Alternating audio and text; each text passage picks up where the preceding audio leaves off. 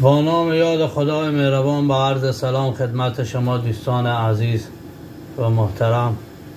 بریم با هم این ویدیو رو ببینیم دوستان، جالبه. دا د هرات ښار د ختیځ په 15 کیلومترۍ کې د پاشدان اوبو بند دی. په وروستیو ورځو کې د اوبو دغه بند لیدو ته د هرات او ځینو نورو ولایتونو اوسیدونکي ورمات شوي دي. د پاشدان اوبو بند کې د اوبو زیرمه کولو لړۍ نږدې یوه میاشت وړاندې پیل شوې ده. هرات ښار ته د اوبو د دغه بند نږدېوالی د دې لامل شوی چې د هیوادوالو پام ور واوړي.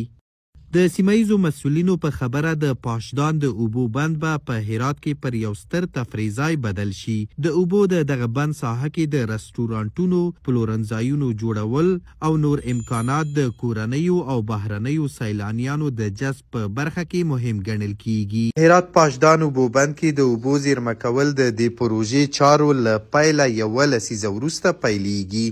د اوبو دغه بند د 450 میلیونه متره مکعب اوبو زیرمه کولو او 14,000 هکتاره ځمکې خړوبولو ترڅنګ د 2 میگا واټه برېښنا د تولید وړتیا لري. سلام علیکم دوستای عزیز، جور بخیر، جانتان جور است. فعلا در هرات هستیم، در ولسوالی چشت شریف و پیشوری ما میبینین بند سلمان قرار داره. دیگه دیروز دیگر بود که رسیدیم اینجا، شب اینجا کم کردیم دیگه. فوق العاده هوایش یخ هسته نسبت به دیگر جایا و بسیار شمال داره.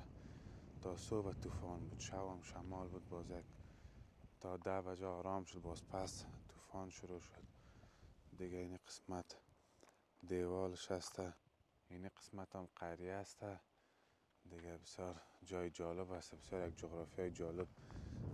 تپه‌زارا است. او طرف باز خود چشت شریف که است، او طرف از مرکزش دیگه باز بلند میشیم، تقریبا 200-300 متر در اینی تپه بلند میشیم، باز میم در اینی رایش هسته.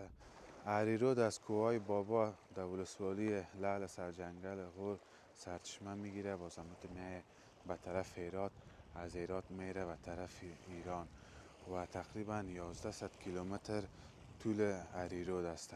و این بند تقریبا 80,000 هکتار زمین آبیاری میکنه و 42 مگاوات برق تولیدش است.